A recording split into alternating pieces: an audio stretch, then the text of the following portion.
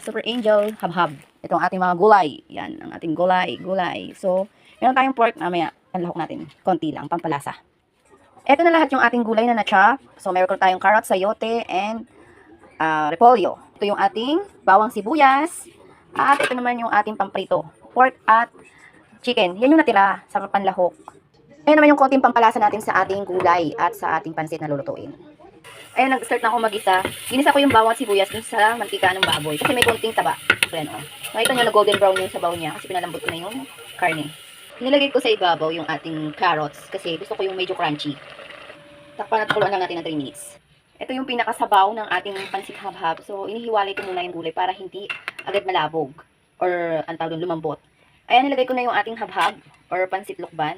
Dun sa ating pinaka-stock or soup. Papakulo lang natin ito ng 5 minutes dito sa sabaw na to.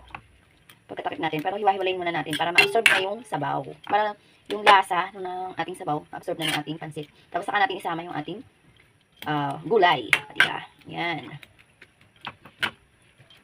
So, takpan natin. And then pakuluin natin ng 5 minutes. After 5 minutes, yan, open na natin ang ating pansit. Ayan, diba? Saktong-sakto lang yung sabaw natin. And then, lagyan na natin yung gulay natin. Pwede na natin itong patayin yung ating kalan. Kasi pwede na, ready na to. Dahil nalito na naman natin yung gulay, so okay na. Tara, kain na tayo. Ayan, kain na tayo. Salamat sa panonood. Ingat.